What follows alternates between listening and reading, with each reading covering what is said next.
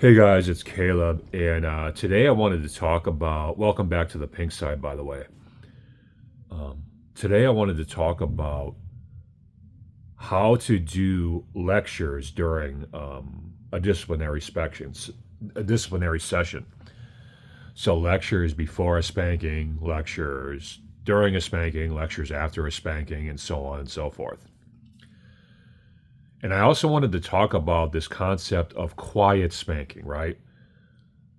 Basically, what a quiet spanking is where a woman has done something wrong, your girlfriend or whoever it is, and you don't even say nothing to her. You just tell her to pull down her pants. She gets across your knee, and you give her a bunch of sharp shocks. You give her like a pretty decent spanking without saying really a word to her, and then it's kind of over.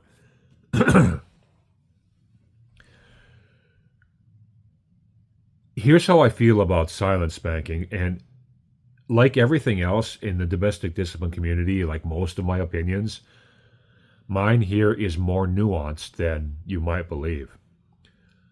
I'm okay with silent spankings as long as they're not done too often. Silent spankings have their place, but I would say that they should only be done once in a while. They should only be done in a situation where, like, you're busy, you're in a hurry, you have to get out of the house, but at the same time, you have to spank her because she did something. And they should only be done in a situation where you know the woman really well. So she knows that even though you're not talking to her during the spanking,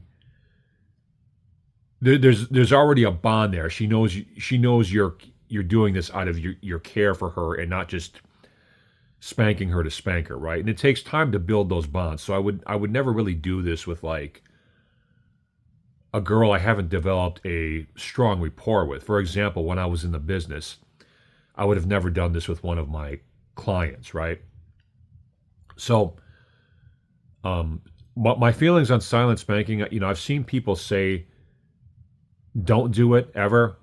I'm not with that. I would say don't do it most of the time, but once in a while, it's fine as long as it's with a woman you know well and you have that bond and she knows you care about her, right?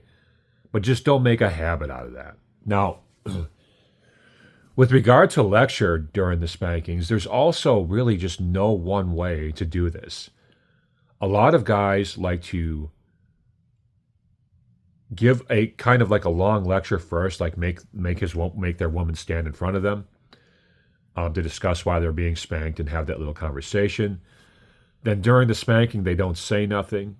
Then after the spanking, they kind of go back to like lecture mode in a way, but it's more of like a softer spoken lecture mode because then you're in the aftercare process.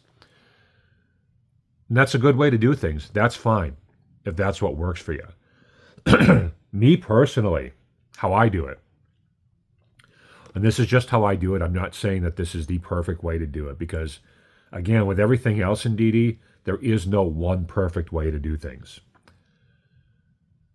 I generally like to give a pre-spanking lecture,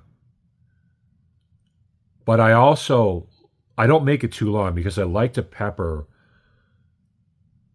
elements of the lecture in during the spanking. So I'll give a woman maybe, I don't know, 3 or 4 minute like lecture or to discuss why she's being spanked or whatever before the spanking, right? So she's standing before me, her pants are down, she's ready to be spanked. I give her a few minutes of lecture, then she's over my knee.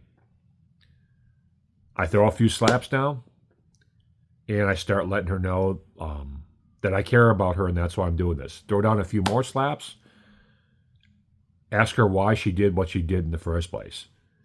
10 more slaps after that, then I start lecturing her about why this is wrong and why she can't continue in this behavior. And a lot of my spankings go just like that. A lot of them are handful of slaps, some talk, another handful of slaps, some talk. And then I generally finish with like a big finale of slaps that where there isn't a whole lot of talk. But there's a lot of talk during my spankings because that's just how I like to do that. That's how I help a woman learn her lesson, and that's how I psychologically reinforce that I'm there for her, and I'm in control, and I'm doing this because I care about her, and I've got her back, and all these sorts of things, right? Because during the spanking, I'm also not just lecturing. Me personally, I'm telling the woman what an amazing girl she is. I'm talking about her good qualities that I know that she has, and so on and so forth. I do that a lot during a spanking. And then I reinforce that after the spanking. But I make sure the girl knows that this punishment is love, not just punishment, right? So that's how I do it. And then when the spanking's over, she's generally crying or whatever she's doing for a couple minutes, and I'm holding her and hugging her and starting the aftercare process. And then, during the whole aftercare conversation, I'm still kind of in lecture mode, but it's a softer spoken voice, right? Because she's just been punished, right? So there's no need to punish her further. I'm kind of like half whispering to her now, in half lecture mode, half loving mode, I guess you could say. And that's how I do it. That's how I do it. There are times, like I said, when I don't lecture during a spanking. Every vibe is different. Every spanking is different. Every dynamic with every different girl is different. So the things I do usually aren't necessarily something I do every single time, right? But as a general rule, that's how I like to do it. Little bit of pre-spanking lecture, not too much. I don't really like to get a woman to tears during the pre-spanking lecture. I don't like to go that far because generally speaking, she's going to have some tears during the spanking anyway. So I like to build up the lecture to the point of tears. And a great way to do that is to save some of the lecture for the spanking itself. It's very effective. And then, of course, afterwards, like the calm down period we just talked about.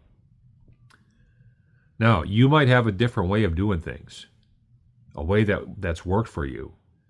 And that's okay.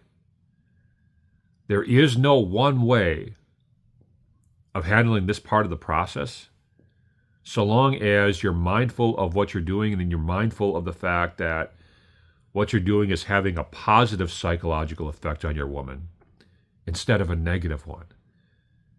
If you notice it's starting to have negative psychological effects on a woman, then it might be time to either change things completely or at least tweak them. You see what I'm saying?